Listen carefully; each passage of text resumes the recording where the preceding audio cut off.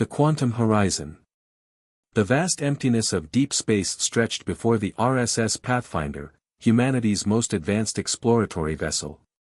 Commander Elena Rodriguez stood on the bridge, her dark eyes scanning the holographic displays that shimmered with an ethereal blue light. The ship's mission was unprecedented, a deep space exploration beyond the traditional boundaries of human-charted territory. Navigation system status, Elena called out, her voice calm but firm. Lieutenant Marcus Chen responded immediately, his fingers dancing across the quantum interface. All systems optimal, Commander. Quantum drive is holding steady at 0.03 light speed. We're approaching the coordinates of the anomalous signal. The signal had come unexpectedly. A faint quantum resonance detected by long-range sensors, unlike anything humanity had ever encountered. It didn't match any known communication protocols or natural cosmic phenomena. Some scientists had argued it was nothing more than background radiation or a computational error. But Elena knew better. Dr. Aisha Kamil, the mission's lead xenoarchaeologist, approached the command console. Her holographic display flickered with complex mathematical equations and spectral analyses. The quantum signature is becoming more pronounced, she said, her voice tinged with excitement. It's not random. There's a deliberate pattern here. The Pathfinder was more than just a ship. It represented humanity's most advanced technological achievement, a quantum-enabled exploration vessel that could navigate the most challenging regions of space. Its hull was composed of adaptive nanomaterials that could reconfigure themselves based on environmental challenges. Quantum communication systems allowed instantaneous data transmission across impossible distances. Suddenly, the ship's sensors erupted with activity. The holographic displays began to pulse with an intense blue-white light, and alarms started blaring across the bridge. Multiple quantum fluctuations detected. Marcus shouted. The anomaly is expanding. Elena gripped the command console. Stabilize quantum shields.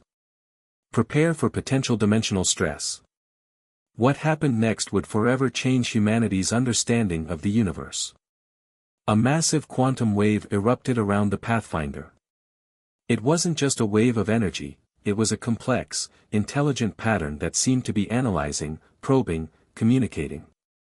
The ship's quantum interfaces began receiving fragments of information, mathematical sequences, geometric patterns, and something that seemed almost like a message. Dr. Camel's eyes went wide. It's not just a signal, she whispered. It's a key. A key to something far beyond our current understanding.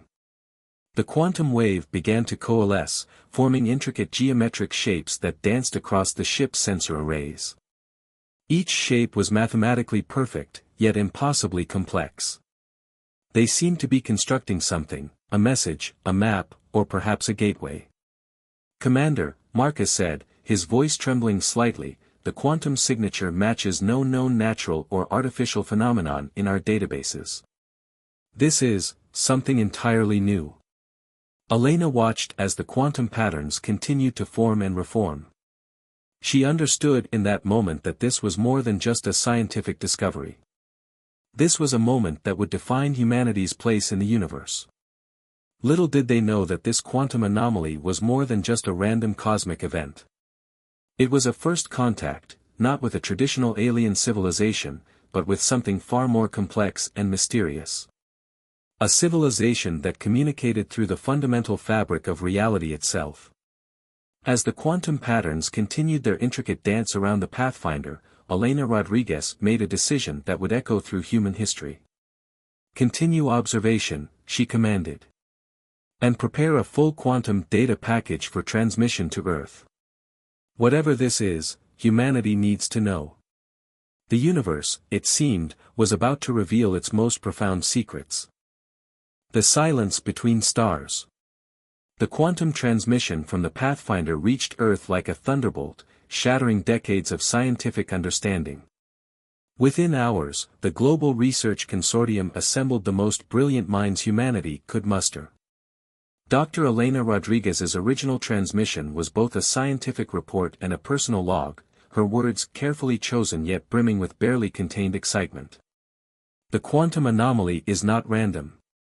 It's a communication system far beyond our current comprehension. The patterns suggest an intelligence that doesn't communicate through traditional means, but through the fundamental mathematics of reality itself. At the United Global Research Center in New Geneva, Dr. Viktor Volkov stood before a massive holographic display. His weathered hands moved across the quantum interface, reconstructing the alien signal piece by piece. Beside him, Dr. Camilla Singh, a quantum computational expert, worked tirelessly to decode the intricate patterns. It's like trying to understand a language where each word is simultaneously a mathematical equation, a geometric shape, and a potential universe, Camilla muttered, her fingers dancing across holographic projections. Days turned into weeks. The quantum signal continued to pulse, changing its complexity with each transmission. It was as if the unknown intelligence was testing humanity, probing their ability to comprehend its communication. Unexpectedly, the first breakthrough came not from a scientist, but from an unexpected source. A young mathematician named Jacob Chen, working as a junior researcher, noticed something extraordinary. The quantum patterns, when viewed through a specific computational lens, revealed what seemed to be a three-dimensional map. It's not just a message, Jacob explained during an emergency global conference. It's an invitation. Or maybe a challenge. The global scientific community was divided. Some saw it as the greatest discovery in human history. Others viewed it as a potential threat. Military strategists began drawing up contingency plans, while diplomatic channels worked overtime to prepare for potential first contact. Dr. Viktor Volkov understood the gravity of the situation better than most. He had spent his entire career studying the boundaries of human knowledge, and this discovery pushed those boundaries beyond recognition. We're not just looking at a message, he told the assembled researchers. We're looking at a key. A key to understanding something fundamental about the nature of reality itself. The quantum signal began to change. What was once a complex but static pattern started to show signs of adaptive behavior. It responded, subtly but definitively, to human attempts at communication. Most intriguingly, the signal seemed to be teaching. With each decoded fragment, humanity gained insights into computational methods that made their current technology look primitive. Quantum processing algorithms that could solve problems previously thought impossible. Energy transmission techniques that defied current scientific understanding. But with each breakthrough came a deeper mystery. Who, or what, was sending these signals? What was their purpose? And more importantly, what did they want from humanity? As global tensions rose and scientific excitement reached a fever pitch, the Pathfinder continued its deep space mission. Commander Elena Rodriguez and her crew remained at the epicenter of humanity's most profound encounter. We're not just exploring space anymore, Elena recorded in her personal log. We're being invited to understand something far greater than ourselves. Little did they know that their discovery was about to draw the attention of forces far beyond human imagination. The quantum invitation was just the beginning of a journey that would challenge everything humanity thought they knew about their place in the universe. The silence between stars was about to be broken. Forge of resistance. The first contact came unexpectedly. Not through diplomatic channels or carefully prepared scientific protocols, but through a violent breach of human space that would forever change interstellar dynamics. The Nexian Confederacy emerged from subspace with a brutality that caught humanity completely off guard. Their massive biomechanical warships appeared without warning, targeting human research outposts along the galactic rim. The initial attack was swift, precise, and seemingly designed to send a message of absolute dominance. Captain Marcus Reyes of the RSS Defiance was the first to mount a significant resistance. Stationed at the Titan research outpost, he watched in horror as the first wave of Nexian ships approached. Their vessels were organic nightmares, living ships that seemed to pulse with an unholy combination of biological and technological systems. All stations, battle formation, Reyes commanded, his voice steady despite the chaos erupting around him. The Defiance was humanity's newest experimental battlecruiser, a testament to the quantum technologies developed from the mysterious signal discovered months earlier. What the Nexians didn't understand was that humanity had been preparing. The quantum signal had not just been a message of knowledge, it had been a blueprint for survival. The ship's quantum shield system, developed from the intricate patterns they had decoded, was unlike anything in known space. Where traditional shields absorbed or deflected energy, these quantum shields could literally reshape incoming attacks, converting destructive energy into harmless quantum states. The first Nexian plasma torpedoes struck the Defiance's shields and simply disappeared. Recompiled into harmless quantum fluctuations that dissipated into the void of space. Target their primary biomechanical nodes, Reyes ordered. The ship's new quantum resonance weapons were about to be tested in real combat for the first time. The weapons were unlike traditional armaments. Instead of destroying through brute force, they targeted the fundamental quantum entanglement that held the Nexian ships together. Each precision strike didn't just damage, it unraveled the very fabric of the ship's existence. Nexian vessels began to disintegrate, not with explosions, but with a strange, almost mathematical precision. Their living hulls seemed to fall apart at the molecular level, breaking down into base quantum components. Back on Earth, Dr. Camilla Singh watched the battle unfold through quantum-linked observation systems. "It's not just a weapon," she muttered. "It's a complete reimagining of warfare." The Nexian attack, intended to be a swift demonstration of superiority, became something entirely different. Humanity wasn't just defending, they were demonstrating a level of technological adaptation that the Nexians had never encountered.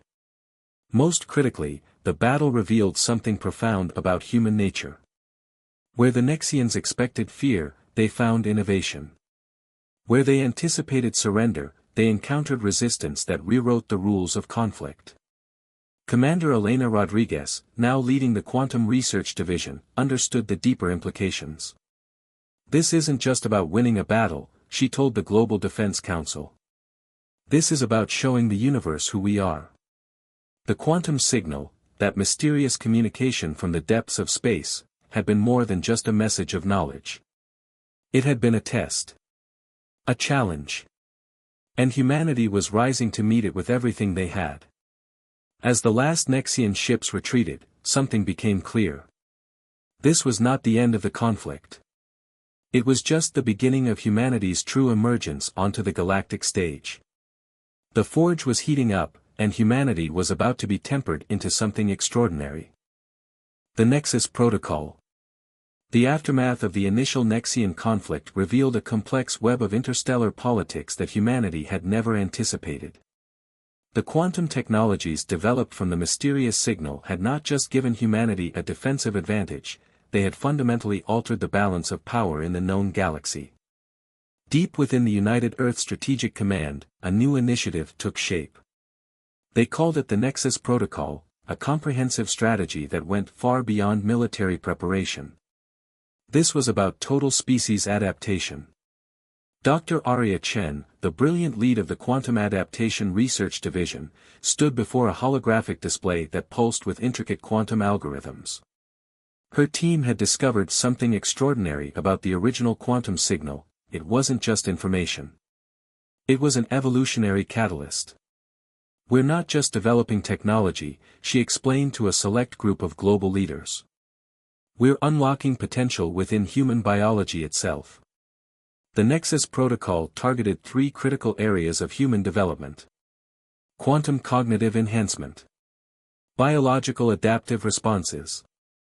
Interstellar communication optimization. The first human volunteers underwent a series of quantum resonance treatments that pushed the boundaries of human capability. Their neural networks began to process information at speeds that defied previous understanding. Where a normal human brain might take seconds to process complex calculations, these enhanced individuals could comprehend multidimensional problems in milliseconds. Captain Marcus Reyes became the first field test of these enhanced capabilities. During a simulated combat scenario, he demonstrated abilities that seemed almost supernatural. His tactical awareness expanded beyond traditional sensory inputs. He could predict enemy movements with uncanny precision, as if he could see multiple potential futures simultaneously. Meanwhile, the Nexian Confederacy was regrouping. Their initial defeat had been more than just a military setback, it was a fundamental challenge to their understanding of technological superiority. Intelligence reports suggested they were developing countermeasures, studying the quantum technologies that had so effectively neutralized their attack. A secret transmission intercepted by Earth's quantum communication network revealed the depth of Nexian concern. Translated from their complex biolinguistic code, the message was chilling. The humans are not just adapting. They are evolving. This represents an existential threat to everything we understand about galactic hierarchy. The Nexus Protocol wasn't just a defensive strategy. It was a comprehensive reimagining of human potential. Biological adaptations allowed humans to survive in environments previously considered impossible. Radiation levels that would kill a normal human became manageable. Extreme gravitational conditions could be withstood through quantum-enhanced physiological modifications. Dr. Elena Rodriguez, now leading the Interstellar Exploration Division, understood the larger picture. This isn't about creating super soldiers or advanced humans, she told her team. This is about species survival. About ensuring humanity's place in a universe far more complex than we ever imagined. As the Nexus Protocol continued to develop, humanity stood on the precipice of a fundamental transformation. They were no longer just a species trying to survive. They were becoming something more. The quantum signal that had started everything continued to pulse in the background, a constant reminder that their journey was far from over. The next confrontation was coming. And humanity would be ready. Quantum Gambit. The silence of deep space erupted with tension as the Nexian Confederacy launched their most ambitious assault yet.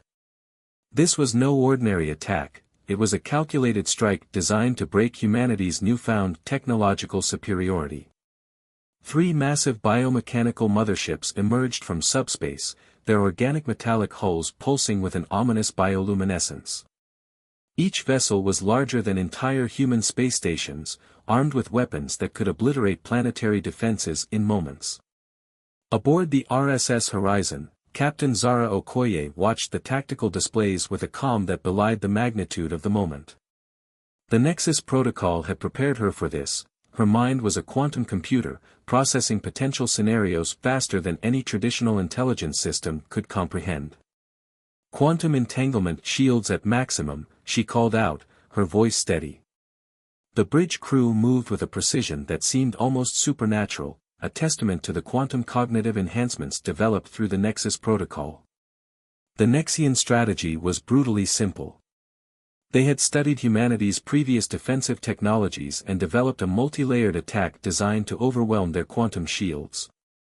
Waves of biomechanical drone swarms preceded the main assault, each drone designed to probe and exploit potential weaknesses. But humanity had been preparing.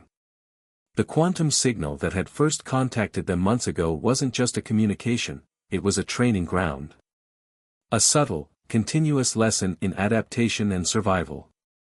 Dr. Arya Chen's breakthrough came moments before the battle began. The quantum technologies they had been studying weren't just defensive tools. They were a form of communication, a language of reality itself.